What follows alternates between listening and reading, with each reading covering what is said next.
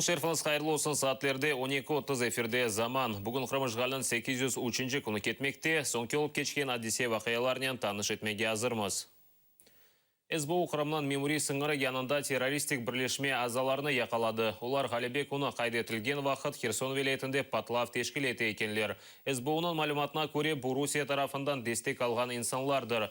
Патлайтыжыларының арабасында 40 кило тротил тапқанлар. Украина мақсус қызметі білдіргеніне көре айны бұл тақым апрель айында Новоалексеевка қасабасында араба патлатқанлар. О вақыт бір инсан эляк олды, ең азындан 6 кіші яраланды.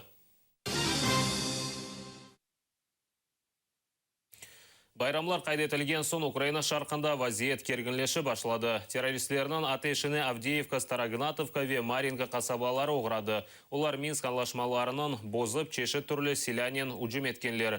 Женкеверлер ең азындан 15 кере барышық вазиетні бозғанлар.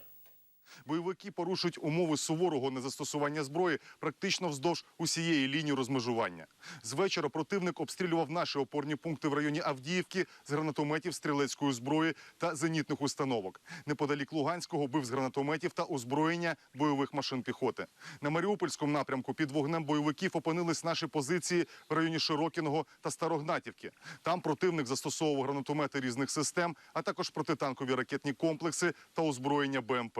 На Луганщині бандити обстрілювали зі стрілецької зброї українських воїнів, що несуть службу біля Новоолександрівки.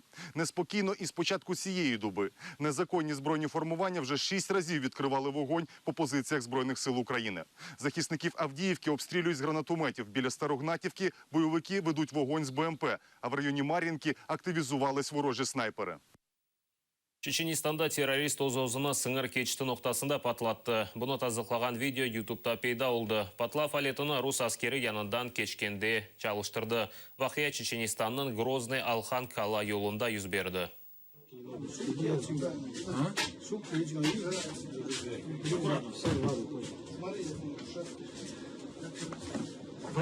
Дойди до нашего вагона, скажи, возьми шнур с модема. Қырымда кімсе қырымтатар тіліні оғыренмеге кедер етмей. Бұны Бірлешкен Миллетлер Тешкілятының Тамыр Халқылар форумы черчевесінде Русия темчілдісі білдірді. Бұны таздықлаған видеоны өз Facebook сайфесінде Украина информацион сиясетін азерінің бірінші муавины емені Джипар ерлештірді. Бүгін өсе Ярмадада инсан ақлары Бозулов меселесі музакире етілежек.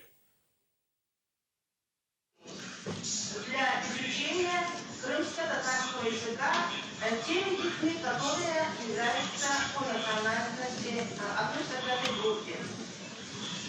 На базе 25 дошкольных образовательных организаций с русским языком открыто 35 групп с крымско-татарским языком. Таким образом, я бы сказала, что в республике Крым уделяется определенное внимание для того, чтобы школы создавать не только группы для изучения крымско-татарского языка, но и созданы школы, где основным языком обучения является крымско-татарский. Спасибо. Чатырдақ сеферінден вазгечмеге чағырдылар. Бұл ақта Менжлис рейсі Рифат Чубаров білдірді. Оның сөздеріне көре бұл мерасимны ишғалжілер ве оларының қызметінде олғанлар өз менфаатына қолланажақлар. Чубаровның сөздеріне көре сефер тешкілятшыларынан бірі муфтият кебі қайдетілген. Мерасим бұл сене майысының 15-інде өткерілмек керек.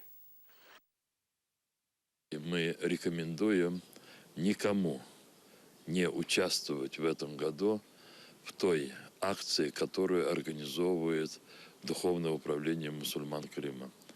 При всем том, что некоторым представляется, что они могли бы подняться, поднять национальные флаги, прочитать дуа, но никто не гарантирован при такой беззубости муфтията, никто не гарантирован того, что рядом кто-то не поднимет флаг оккупантов, что рядом там не будет другая атрибутика, другие символы.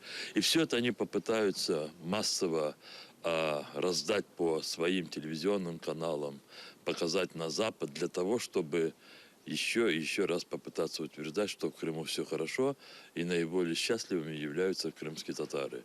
Мы обязательно все поднимемся на Чатырдах. Мы все поднимемся, когда мы вновь соединимся, но когда Крым будет свободен. подниматься под русскими флагами, подниматься в окружении сотрудников тех карательных органов, которые вламываются в наши дома, подниматься тогда, когда буквально через день, через два наших ребят будут судить в Ростове-на-Дону, вернее, уже теперь опять в Симферополе, будут судить 18 мая, специально в этот день. Подниматься тогда, когда 14 крымских татар находятся совершенно незаконно в застенках ФСБ, нам представляется это есть циничным. Бұл нұқтада яйынымызны екінлейміз, сілерге екінлер тілейім, невбетекі яйынларымызны қачырмаңыз, атайыр әлі олыңыз, көрішмек үзіре.